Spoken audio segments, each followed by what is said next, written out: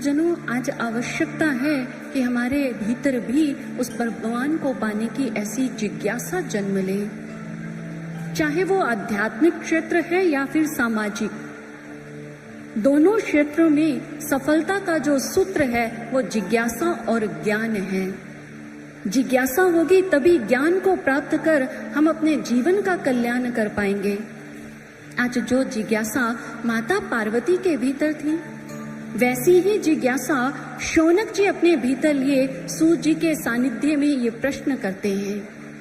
जिस गाथा को भगवान शिव ने माता पार्वती को प्रदान कर उन्हें मुक्ति मोक्ष प्रदान कर दिया, आज वही गाथा शौनक जी के समक्ष सूत जी रखने जा रहे हैं। बारंबार भगवान भोलेनाथ का ध्यान करते, चिंतन करते हुए आज सूत जी शौनक जी से कहने लगे कि ये भगवान शिव की जो पावन कथा है, शिव महापुराण जो अत्यंत पवित्र सर्वोत्तम है, चतुष्विंशति सहस्रो ग्रंथो यंग सप्त संहिता भक्ति त्रिक्सु संपूर्ण शुनु यातम परादरात विद्येश्वर संहिताद्या द्वितीय रुद्र संहिता तृतीय शत रुद्राख्या कोटि रुद्रा चतुर्थीका पंचम्यो मां संहितोक्ता षष्ठी कैलाश संहिता सप्तमी वायवी आख्या सप्तंग वै संहिता इह सप्तंग सहितं दिव्यं पुराणं शिव संज्ञकं वरिवर्ती ब्रह्म तुल्यं सर्वोपरि गति प्रदम। ये जो 24,000 श्लोकों वाला ये जो पावन पवित्र शिव महापुराण ग्रंथ है, इसके अंदर 7 संहिताएं हैं जो भक्ति ज्ञान वैराग्य को प्रदान करने वाली हैं। जिस समय एक व्यक्ति प्रभु की इस पावन कथा को विस्तार से श्रद्धा के साथ श्रवण करता है, वह इस संसार सागर से पार हो जाता है। एक व्यक्ति तभी तक इस संसार के अंदर भटकता रहता है जब तक उसे यह प्रभु की पावन कथा श्रवण करने को नहीं मिलती। एक पापी का पाप तभी तक बना रहता है जब तक वो इस कथा रूपी मणि को अपने जीवन में धारण नहीं कर लेता है। इस कथा रूपी मणि को धारण करने पर ही विंदु व उसकी पत्नी चंचुला दोनों ही पापों से वो मुक्त हो गए, जिसका वर्णन शिव महापुराण के महात्म्य में आता है। आइए हम सभी भी वह गाथा श्रवण करते हैं। कहते हैं कि समुद्र के निकटवर्ती प्रांत में बाष्कल नामक एक गांव था, जिसके अंदर रहने वाले लोग वैदिक धर्म से विमुख होकर पाप के अंदर संलग्न रहने लगे। बाष्कल का यूं तो भक्तजनों अर्थ है वीर योद्धा, लेकिन उस गांव के अंदर रहने वाले जो लोग थे, यूं तो वो शस्त्र धारण करते थे, लेकिन शास्त्रों के बताए अनुसार योद्धा वो होता है जो अपने विकारों के ऊपर काबू पा लेता है, जो अपने विकारों को जीत लेता है। लेकिन अपनी काम वासनाओं विकारों के हाथों पराजित हुए बाष्कल गांव के अंदर रहने वाले लोग कायर लोग थे। उनके जीवन में भक्ति पूजा पाठ ज्ञान जप तप इत्यादि का कोई स्थान नहीं था। वैदिक धर्म से विमुख हुए पापाचार के अंदर संलग्न रहने वाले वो पशुओं के समान आचरण करते थे। न केवल वहां के पुरुष, वहां की स्त्रियां भी स्वेच्छाचारणी व्यभिचारणी पतिव्रत धर्म से सदाचार से विहीन थी। और उस बाष्कल गांव के अंदर विंदुक नामक एक व्यक्ति रहता था, जो पाप के अंदर लिप्त था, क्योंकि जहां पाप का पसारा था वहीं उसका निवास था। कहते हैं कि वो अपनी पत्नी चंचुला को छोड़कर एक वैश्या के संग जाकर के रहने लगा। काफी समय तक उसकी पत्नी चंचुला ने उसके लौट आने की प्रतीक्षा की, लेकिन जब काफी समय तक वह लौट करके नहीं आए तो चंचुला ने भी अपने जीवन से धर्म का परित्याग कर दिया। उसी पाप कर्म के अंदर संलग्न हो गई जिस पाप कर्म के अंदर उसका पति विंदुक रहता था। धीरे धीरे समय की गति आगे बढ़ने लगी। कहते हैं कि कुछ समय के पश्चात विंदुक मृत्यु को प्राप्त हो गया। नरक की घोर यातनाओं को सहने के पश्चात वह एक भयंकर पिशाच योनि को जाकर के प्राप्त हुआ। पर चंचुला अपने पुत्रों के साथ अपने जीवन को व्यतीत कर रही है और कहते हैं कि सौभाग्यवश एक दिन मैं अपने बंधुजनों के साथ तीर्थों के लिए गई और गोकर्ण क्षेत्र में जा पहुंची, जहां एक शिवालय में भगवान शिव की कथा का वाचन हो रहा था। श्रद्धालुजन बड़ी श्रद्धा के साथ प्रभु की कथा को श्रवण कर रहे थे। अब चंचुला भी जाकर के उसी संगत के भीतर जाकर के बैठ गई और उधर भगवान शिव की कथा सुनाते हुए वे ब्राह्मण वे महात्मन कहने लगे कि यदि कोई स्त्री अपने पतिव्रत धर्म का परित्याग कर देती है, यदि वो अपने धर्म से च्युत हो जाती है, तो उसे घोर यातनाएं सहनी पड़ती हैं। नरक की अग्नि के अंदर उसे अपने जीवन में कष्टों को प्राप्त करना पड़ता है। यमदूत कठिन पाश के अंदर बांध करके उसे घसीटते हुए लेकर के जाते हैं। ऐसी ऐसी यातनाएं अपने जीवन में प्राप्त करनी पड़ती हैं। जिस समय आज चंचुला ने ये बात सुनी, मानो उसकी अंतर आत्मा तक हिल गई। आज उस वचनों को सुनकर के उद्विग्न हुआ उसका चित्त थर-थर करके कांपने लगा। आज चंचुला विचार करने लगी, मेरी क्या गति होगी? मैंने अपने जीवन से प्रतिव्रत धर्म का परित्याग कर दिया। काम के अंदर मोहित रहकर मैंने ये कैसा अनिष्ट कर्म कर लिया। घोर पाप कर्म किया है मैंने। जिस समय मुझे वो यातनाएं सहनी पड़ेंगी तो मैं उसे कैसे सहन करूंगी? कौन मेरी आकर के उस समय उस पीड़ा से मुक्ति दिलाएगा? कौन मेरी रक्षा करेगा? आज एक विचार, उस एक विचार ने चंचुला की अंतर आत्मा को झंझोर करके रख दिया। भक्तजनों, एक व्यक्ति थे जिसे बाल्यकाल में बहुत सी कठिन परिस्थितियों का सामना करना पड़ा। बचपन में ही उनके कंधों पर पूरे परिवार का बोझ आन पड़ा। सारे परिवार की जिम्मेदारी उस बच्चे के ऊपर आ पड़ी। वह बच्चा चाहता था कि मैं और बच्चों की तरह स्कूल जाऊं, मेहनत करूं, आगे बढ़ूं, लेकिन उसे स्कूल जाने का समय, मौका, अवसर नहीं मिल पाया। धीरे धीरे जैसे ही वो किशोरा अवस्था को प्राप्त हुआ तो उसे एक पुस्तक विक्रेता की दुकान पर किताबों के ऊपर कवर चढ़ाने का काम मिल गया। और जिस समय वह अपने उसी कार्य को एक दिन कर रहा था, उसकी नजर पास ही पड़ी एक रद्दी की ढेरी के ऊपर गई, जिस ढेरी में से उसे एक कागज का टुकड़ा मिला। जिस कागज के टुकड़े पर कुछ पंक्तियां लिखी हुई थी जो एक व्यक्ति ने अपने मित्र को संबोधित करते हुए लिखी। श्रीमान, आगे बढ़ो, आगे बढ़ो। आगे बढ़ते चले जाओगे तो ये कठिनाइयां स्वयं तुम्हारा मार्ग छोड़ती चली जाएंगी। तुम इस मार्ग पर आगे बढ़ते हुए स्वयं देखोगे कि एक अथाह प्रकाश पुंज प्रकट हुआ है जो तुम्हारा आगे का मार्ग आलोकित करता चला जा रहा है। जैसे ही ये वाक्य उन्होंने पढ़ा तो मानो उन्हें एक प्रेरणा मिली।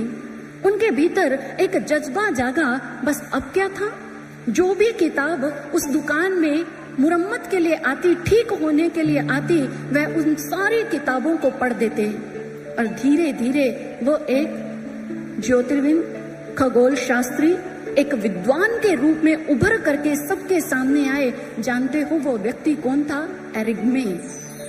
एक विचार ने एरिग्मे के जीवन को एक नई राह दिखा दी। ठीक ऐसे ही आज भक्तजनों, एक ही विचार ने आज चंचुला की अंतर आत्मा को हिलाकर रख दिया। आज चंचुला के जो धूमिल हो चुके संस्कार थे, उस गोकर्ण क्षेत्र के अंदर आकर जो संतों के द्वारा जिए जाने वाले सत्य ज्ञान का प्रकाश को पाकर के वो पुनः प्रकाशित होने लगे। उसे अपने द्वारा किए जाने वाले कर्मों के ऊपर पश्चाताप होने लगा।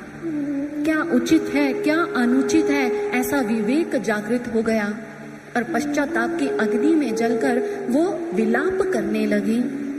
पश्चाताप एक ऐसी अग्नि है जिसके अंदर भक्तजनों सारे पाप जलकर के राख हो जाते हैं। एक व्यक्ति जिस वातावरण के अंदर उठता है, बैठता है, उसका प्रभाव उसके मन, उसके सोच, उसके विचारों के ऊपर पड़ता है। ये केवल मात्र एक कोरी कल्पना नहीं है। इतिहास के अंदर एक घटना आती है। श्रवण कुमार का आपने नाम सुना होगा, जो मातृ पितृ भक्त हुए। जिसका नाम सुनते आज माता पिता की इच्छा होती है कि हमारा पुत्र भी श्रवण कुमार के जैसा आज्ञाकारी हो। कहते हैं कि जिस समय श्रवण कुमार के माता पिता ने तीर्थाटन की इच्छा व्यक्त की, तो श्रवण कुमार अपने माता पिता की इच्छा को पूर्ण करने के लिए कांवर में बिठाकर कंधे पर उठाकर के चल दिया। बहुत लंबी यात्रा को उसने पैदल तय किया, लेकिन एक जगह ऐसी आई जहां पर उसने अपने माता पिता का तिरस्कार किया, कांवर को कंधे से उतार करके फेंक दिया और कहने लगा, मुझसे अब ये और बोझ नहीं उठाया जाता, मैं ये और अधिक संघर्ष नहीं कर सकता हूँ। इतना कहकर श्रवण कुमार जैसे ही आगे बढ़े, उनके माता पिता स्वयं को घसीटते घसीटते उसके पीछे चल दिए। कुछ ही दूरी पर गए थे, कुछ ही रास्ता आगे गए कि श्रवण कुमार के मन में पुनः माता पिता के प्रति वो जो भाव था वो जागृत हो गया और अपने कर्म के ऊपर पश्चाताप करते हुए वे अपने माता पिता के श्री चरणों में गिरकर फूट फूट करके रोने लगा और क्षमा याचना करने लगा। श्रवण कुमार के पिता ने अपना हाथ उसके मस्तक पर रखा और कहने लगे कि पुत्र, जिस स्थान के ऊपर ये घटना घटित हुई वह स्थान मय दानव का था। जो मय दानव ने अपने माता पिता को वहां बंदी बनाकर रखा और उन पर कितना ही अत्याचार किया। ये वही संस्कार उस भूमि के अंदर रचे बसे हुए थे, जिसका प्रभाव जब तुम्हारे मन पर पड़ा तो तुम ये अनिष्ट कर्म कर बैठे। तुम्हारा इसमें कोई दोष नहीं था। भक्तजनों, एक व्यक्ति के जैसे विचार, जैसे कर्म होते हैं, उसकी वैसी ही तरंगे उस वातावरण के अंदर अपना प्रभाव डालती हैं। आचार्य चाणक्य जी कहते हैं, गुण वदाश्रय निर्गुणो अपि गुणी भवति।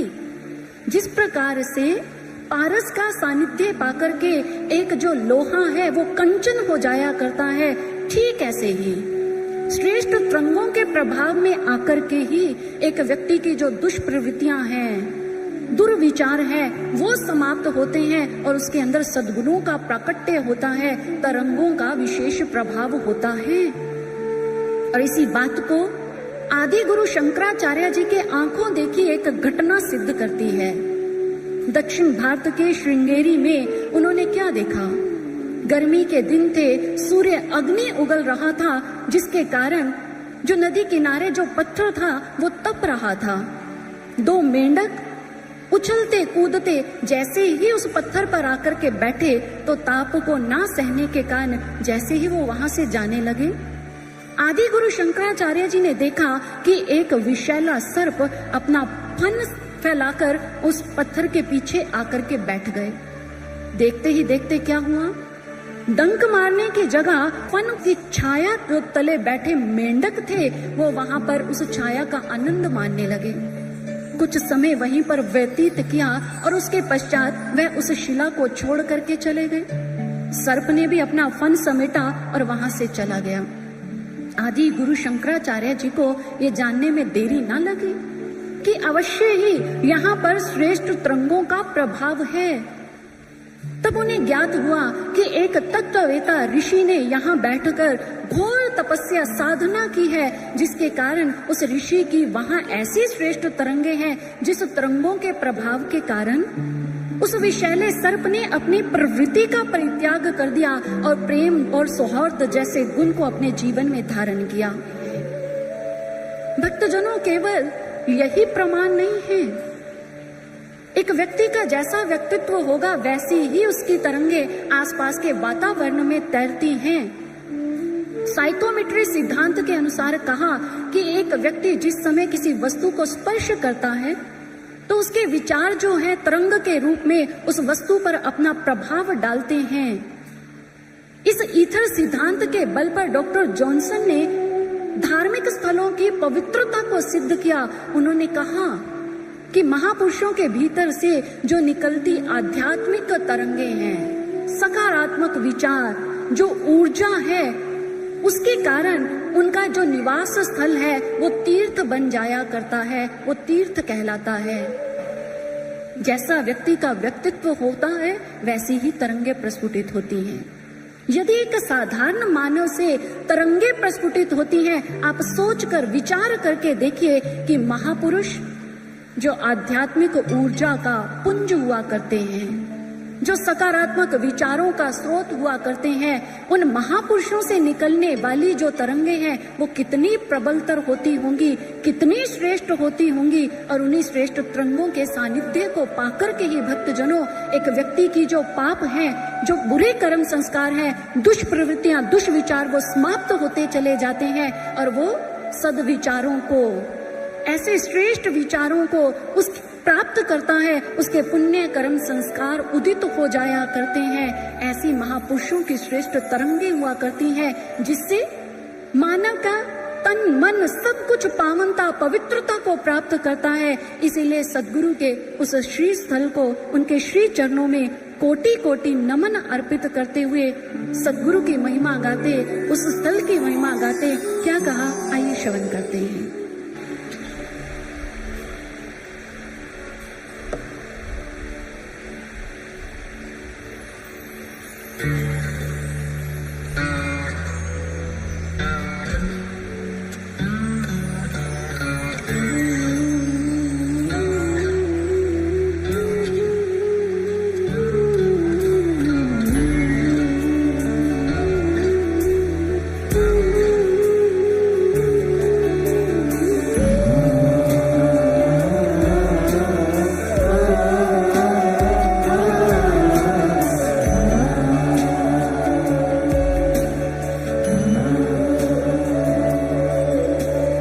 जिन चरणों में बहता है प्रेम का सागर निश्चल,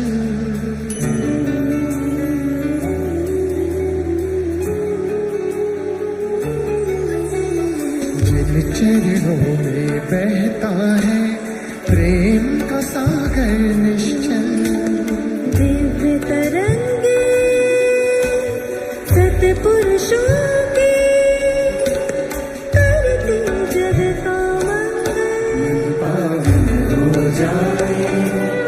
ऐसी दिव्य तरंगे पाकर सद्गुरु सब जग जाए, संतों की शरण में आकर भावन हो जाए। ऐसी दिव्य तरंगे पाकर सद्गुरु सब जग जाए, संतों की शरण में आकर।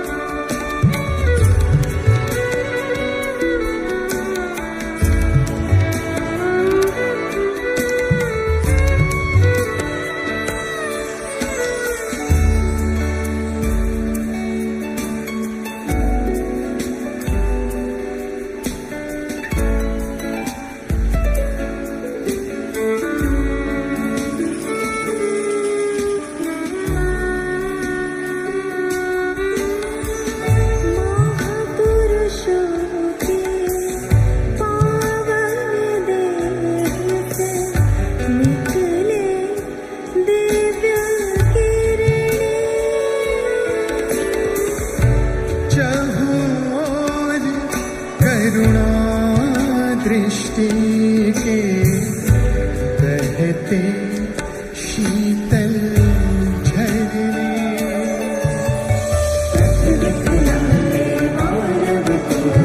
लेकर ज्ञान का दिव्य तरंगे सतपुरुषों की करती जग का ऐसी दिव्य तरंगे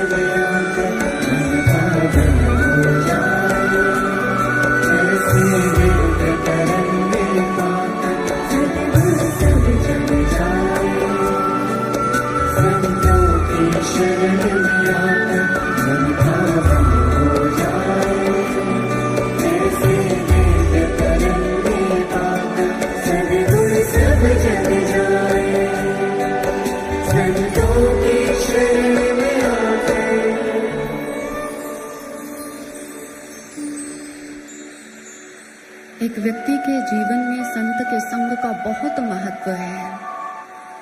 हमारे ये महापुरुष, हमारे ये समस्त धर्म ग्रंथ यदि संत की शरण में जाने की बात करते हैं तो थोड़ा विचार करके देखिए, क्यों कहते हैं कि एक बार माता सीता ने प्रभु श्री राम जी से प्रश्न किया कि प्रभु, संत के सानिध्य में बैठने से क्या लाभ है।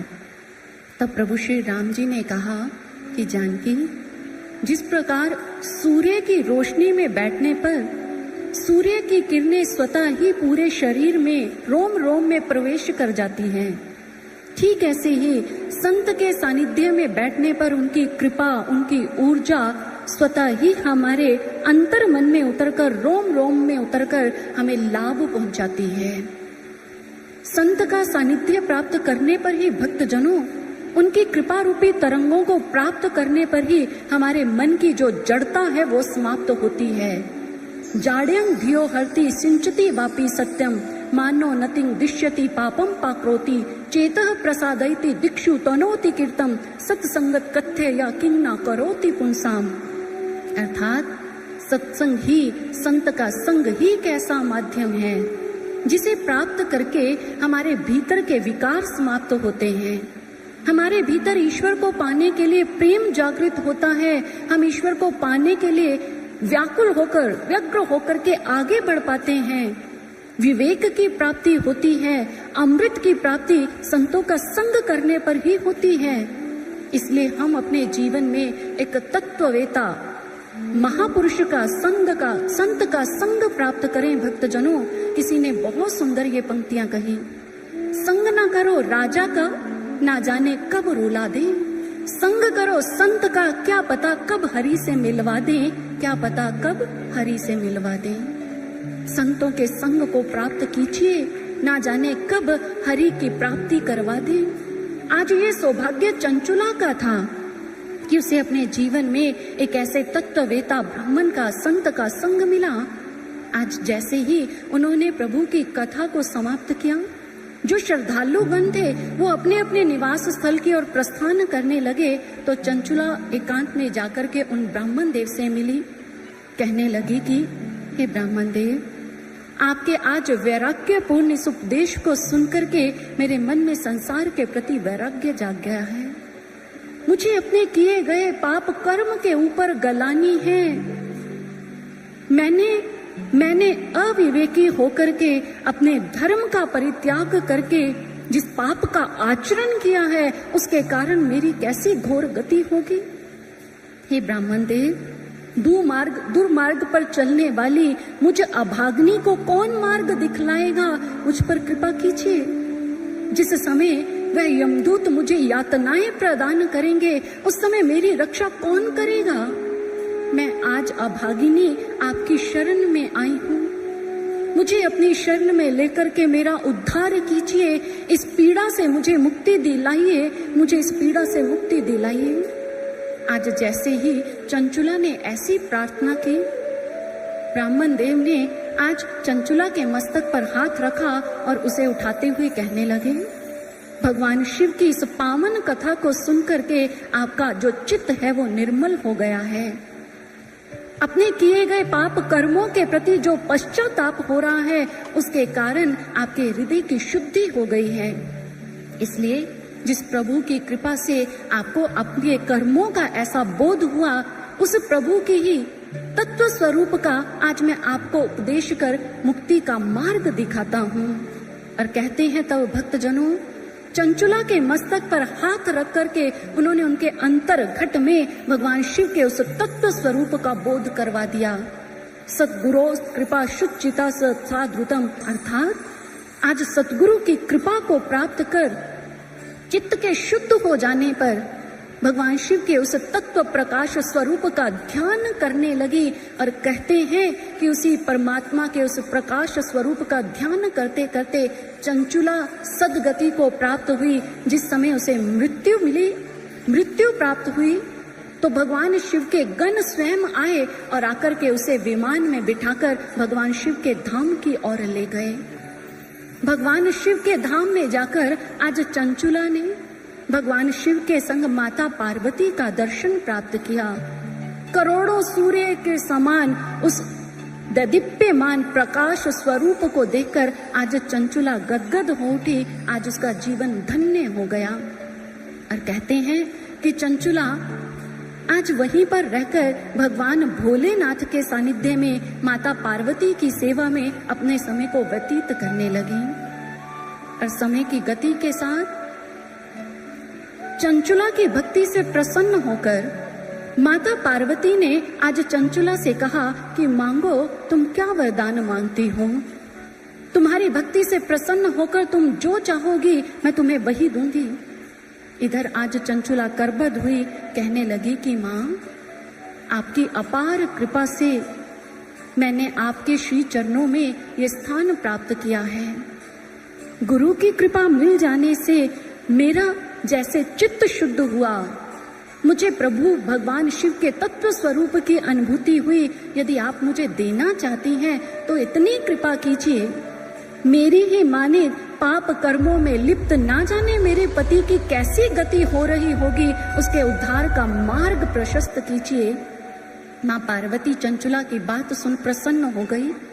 कहने लगी कि चंचुला, तुम्हारा हृदय उदार भाव से पोषित है, तुम्हारा हृदय विशाल है। जिसने तुम्हारे प्रति ऐसा दुर्व्यवहार किया तुम उसकी सद्गति की कामना कर रही हो।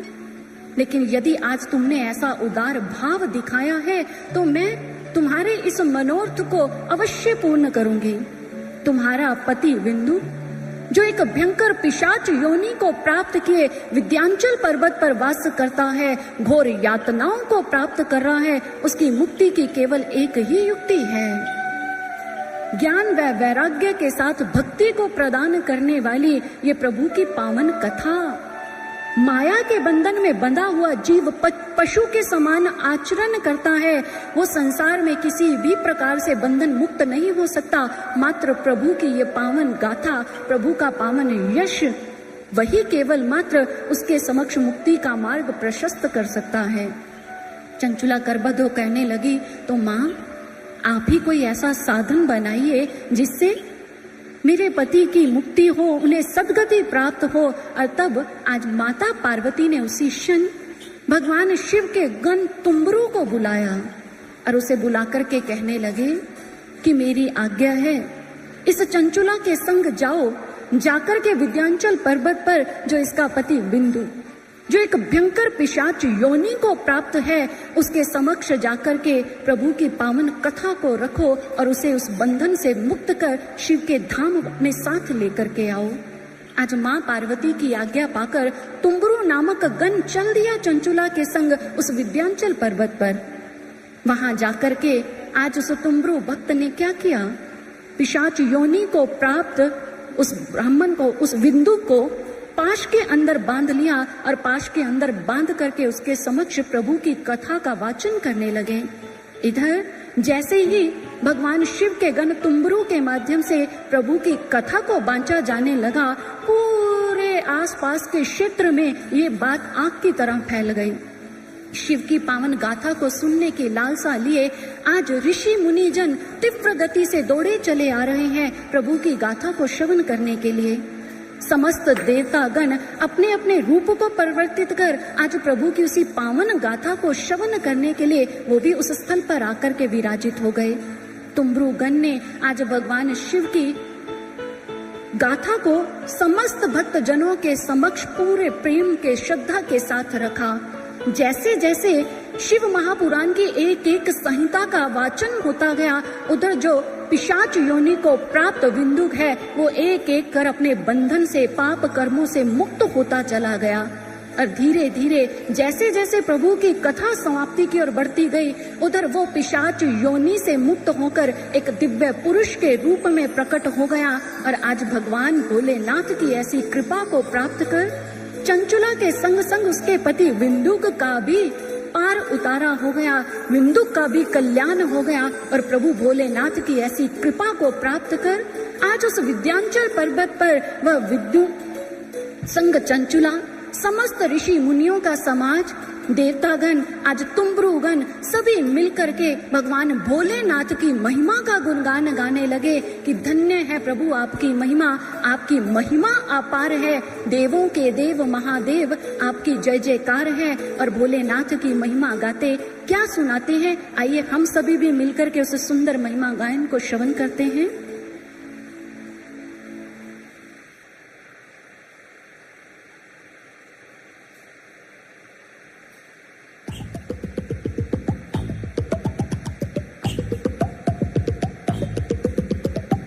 भोलेनाथ तेरी महिमा निराली है,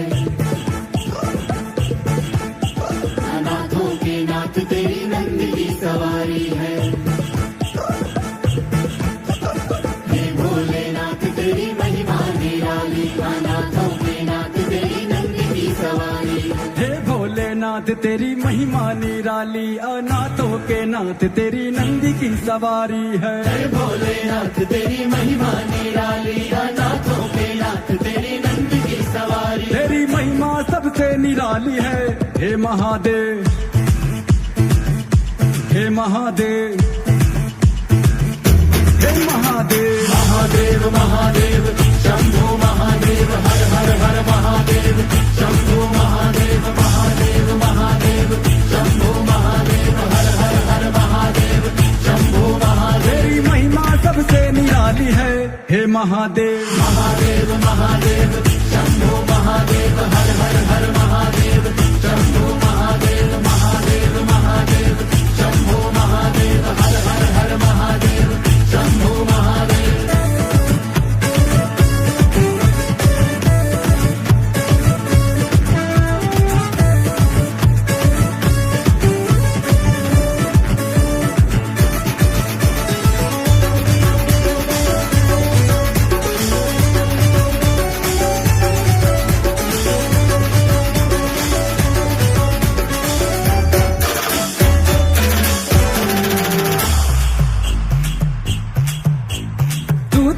सबसे है न्यारा, तुझको नमन है हमारा, करता तू सबकी रखवाली, देता सबको सहारा।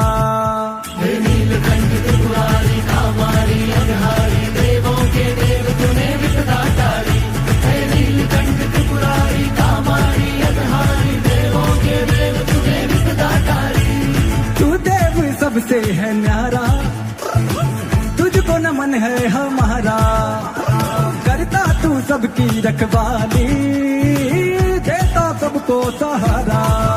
सब होके मगन आए तेरी शरण, सब होके मगन आए तेरी शरण। तू ही संकट से सबको उबारे, हे महादेव। महादेव महादेव शंभो महादेव, हर हर हर महादेव, शंभो महादेव महादेव महादेव, शंभो महादेव, हर हर हर महादेव, शंभो महादेव।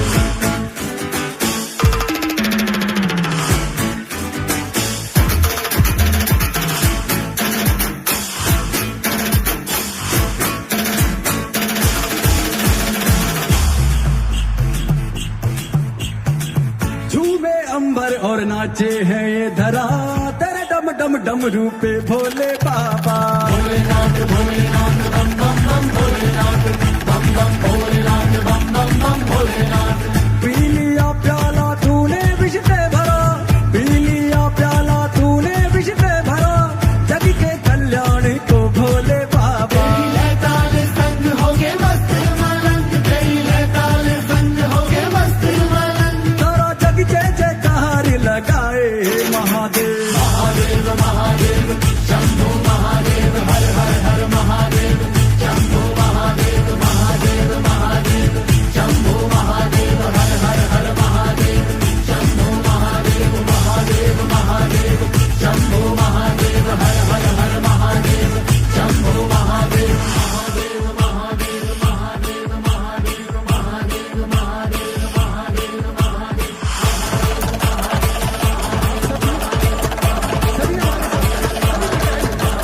हे शंभो शिव शंभो, हे शंभो शिव शंभो, हे शंभो शिव शंभो, हे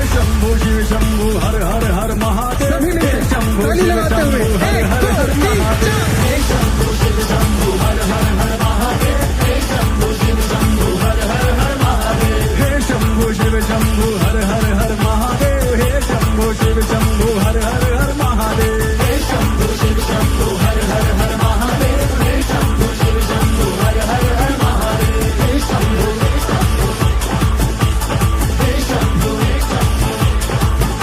तब देवभूत है मुंड मार सांपों में हार और बाल चाल तुझे देख के होता है निहाल रे संसारा। हे शंभो हे शंभो हे शंभो हे शंभो। भूतों के संग प्रेतों के संग देवों के संग दूतों के संग है जसी सती चौकी का तू ही रखवाला। हे शंभो शिव शंभो हर हर हर महादेव। हे शंभो शिव शंभो हर हर हर महादेव। हे शंभो शिव शंभो हर हर हर महादेव। हे शंभो शिव शंभो हर हर हर महादेव। हे शंभो शिव शंभो हर हर हर महादेव। हे शंभो शिव शंभो हर हर हर महादेव। हे शंभो शिव शंभो हर हर हर महादेव। हे शंभो शिव शंभो हर हर हर महादेव। हे शंभो शिव शंभो हर हर हर महादेव। हे शंभो शिव शंभो हर हर हर महादेव। हे शंभो शिव शंभो हर हर हर महादेव। हे शंभो शिव शंभो हर हर हर महादेव। हर हर महादेव, हर हर महादेव। हर हर महादेव। आज भोलेनाथ की कृपा को पाकर विंध्युक का कल्याण हुआ, वह भी शिव धाम को जाकर के प्राप्त हुआ। और यह पुण्य प्रदायक गाथा सूची ने शौनक जी के समक्ष रखी, जिसे सुनकर के शौनक जी गदगद हो उठे और कहने लगे कि हम धन्य हैं सूची, हमें आपके सानिध्य में बैठ करके ये जो आनंद देने वाला ये प्रसंग श्रवण करने का सुअवसर प्राप्त हुआ। आपका इस यज्ञ में आना निष्प्रयोजन नहीं था, हमारे कल्याण के हेतु ही भगवान शिव ने आपको हमारे समक्ष भेजा है। हमने आपके माध्यम से प्रभु की इस सुंदर पावन अमृत बरसाने वाली इस कथा को श्रवण तो कर लिया, लेकिन हे सूची, अभी भी हमारे मन की तृप्ति नहीं हुई। हमारा मन चाहता है कि आप प्रभु की गाथा को और हमारे समक्ष गाते चले जाएं और हम उसी रस के अंदर भीगते चले जाएं। तब सूची शौनक जी से कहने लगे कि यह प्रभु की जो पावन गाथा है, जो मैंने आपके समक्ष रखी, उसके पश्चात विद्येश्वर संहिता में मेरे गुरुदेव वेद व्यास जी से अनेक मुनि जनों ने प्रश्न किए, जो प्रश्न आज इस समस्त संसार के मार्ग को प्रशस्त करते हैं, उनके समक्ष कल्याण का मार्ग रखते हैं।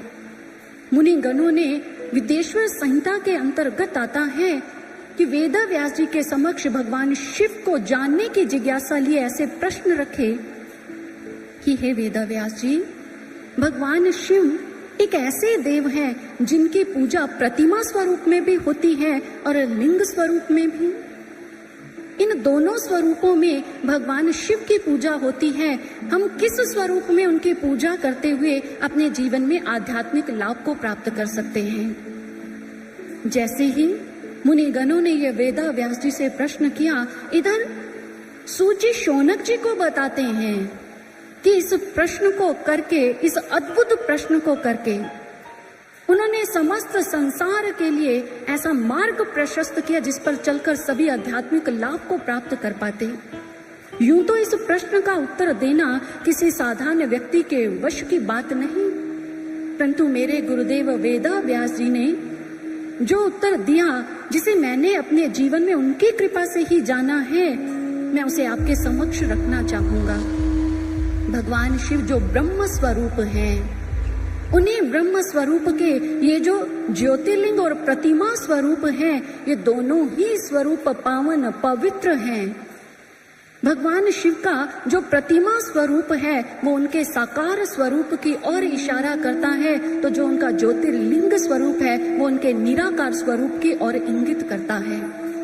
हमारे शास्त्रों के अंदर भगवान के दो स्वरूप बताए गए, निराकार और साकार, लेकिन उन दोनों स्वरूपों के पीछे छिपे हुए तत्व को, मर्म को एक व्यक्ति यदि सोचे कि मैं स्वतः ही जान लूंगा तो ये असंभव है। गुरु की कृपा के बिना इन दोनों स्वरूपों के पीछे छिपे उस तत्व स्वरूप को व्यक्ति अपने आप में गुरु की कृपा से ही वो जान पाता है, जान सकता है।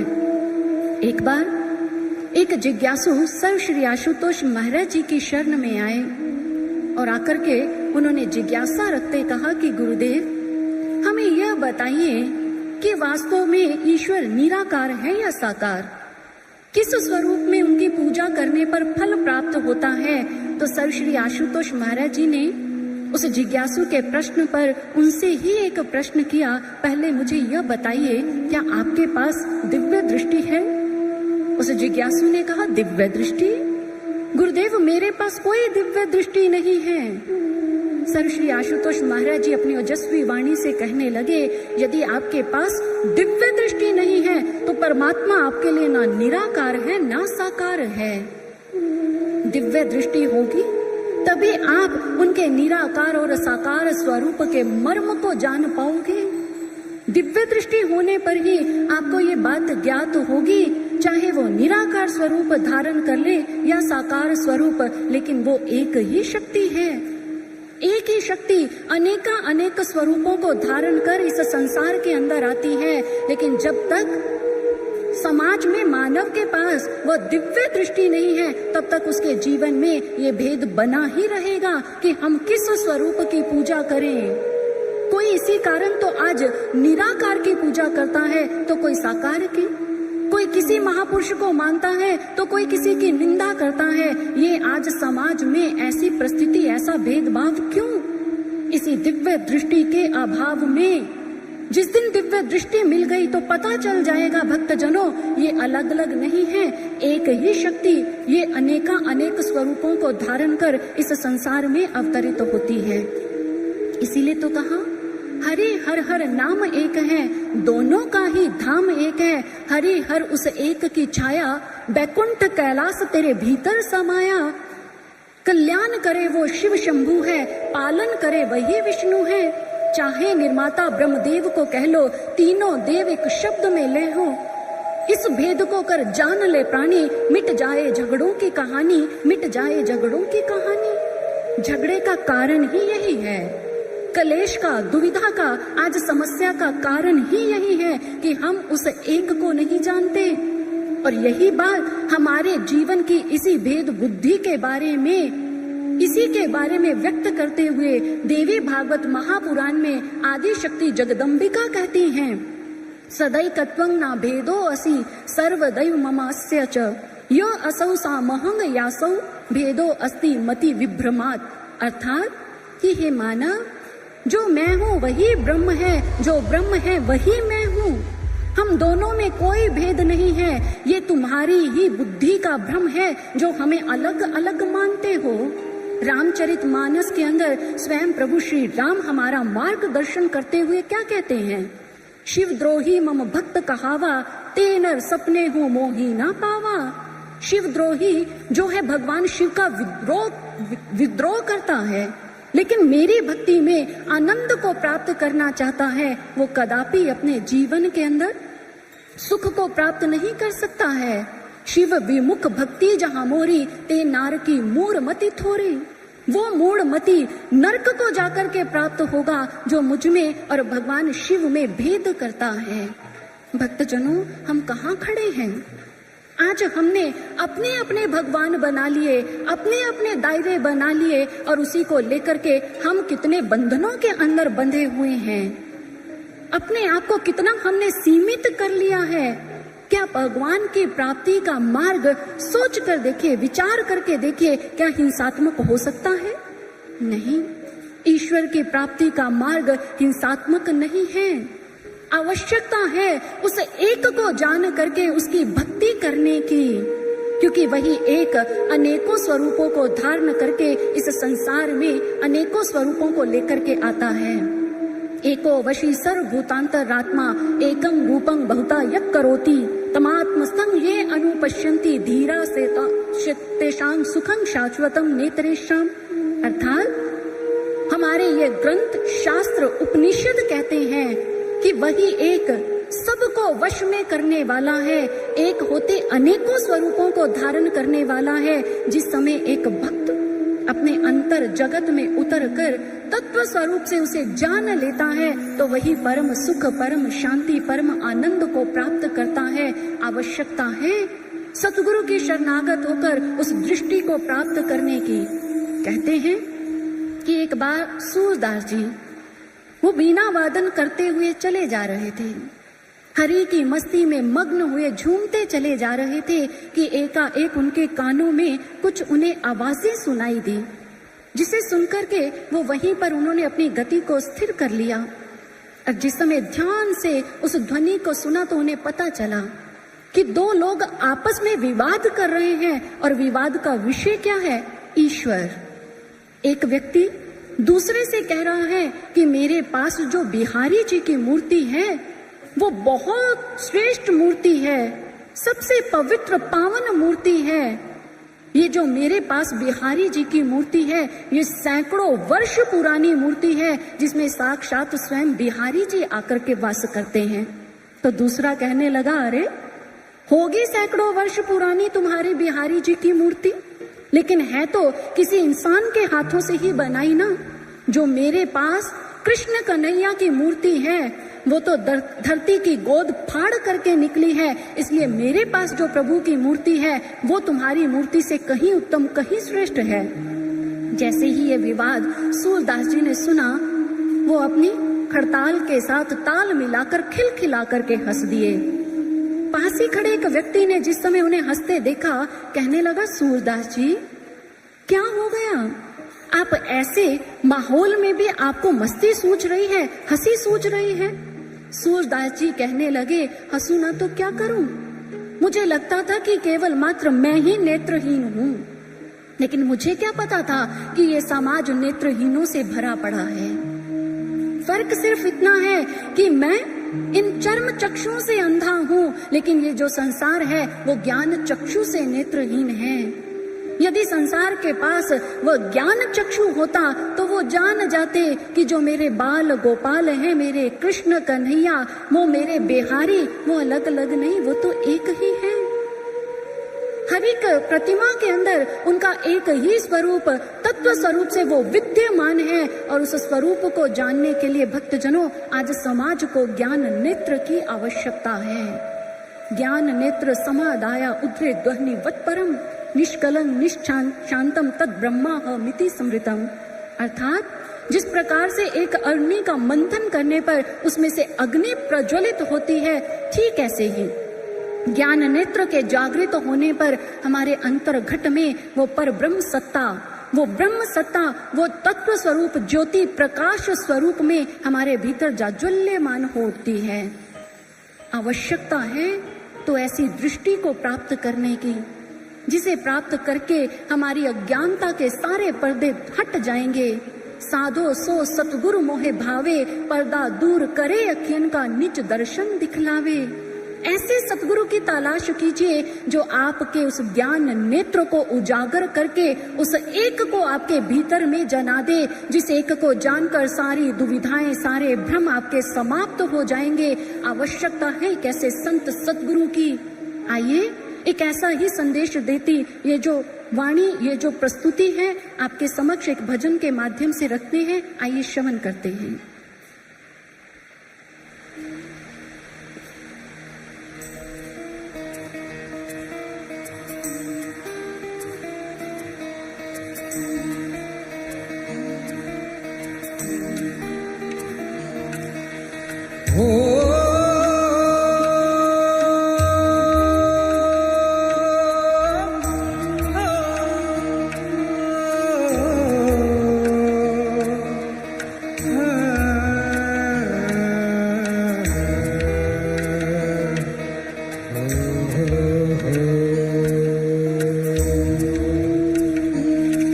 जो घट घट भीतर बसे निरंतर तुम उसको पहचानो।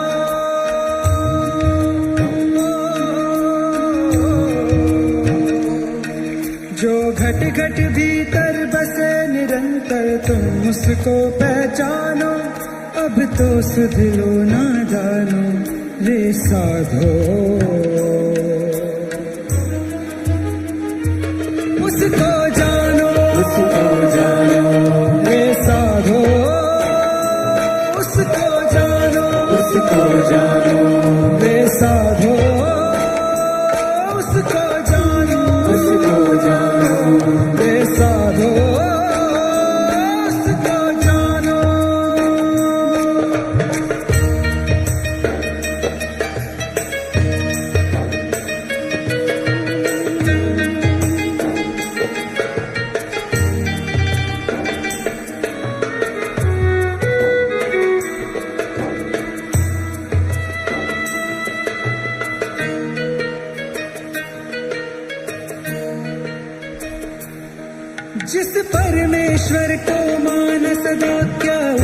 कभी भी जाना है, उसको कभी भी जाना है। क्या मंदिर में जिसको पूजा उस शक्ति को पहचाना है, उस शक्ति को पहचाना है। जिस परमेश्वर को मानो सदा, क्या उसको कभी भी जाना है। क्या मंदिर में जिसको पूजा उस शक्ति को पहचाना है। व्यर्थ समय मत खो देना, यूं व्यर्थ समय मत खो देना। अंतर में प्रभु को जानो, अब तो सुध लो नादानो। रे साधो उसको जानो, रे साधो उसको जानो, उसको जानो। रे साधो उसको जानो।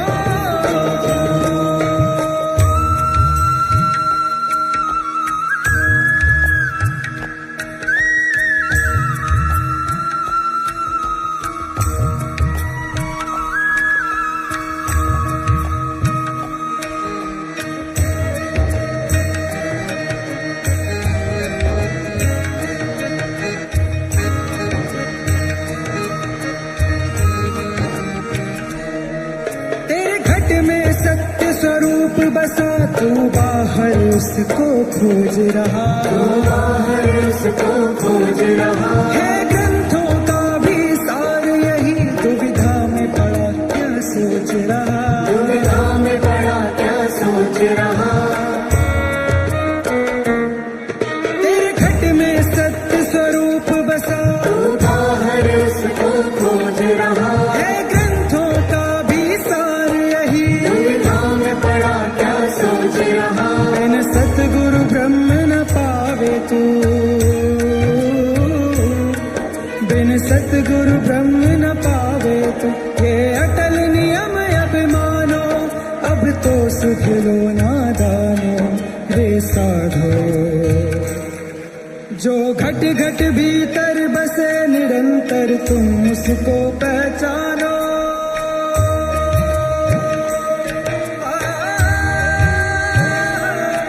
जो घट घट भीतर बसे निरंतर, तुम उसको पहचानो। अब तो सुध लो नादानो। रे साधो उसको जानो, रे साधो उसको जानो, रे साधो उसको जानो, उसको जानो। रे साधो उसको जानो। YouTube पर DJJS वर्ल्ड को अभी सब्सक्राइब करें और नियमित सूचनाओं के लिए घंटी का चिन्ह अवश्य दबाएं। साथ ही Instagram, Facebook और Twitter पर करें DJJS वर्ल्ड को फॉलो।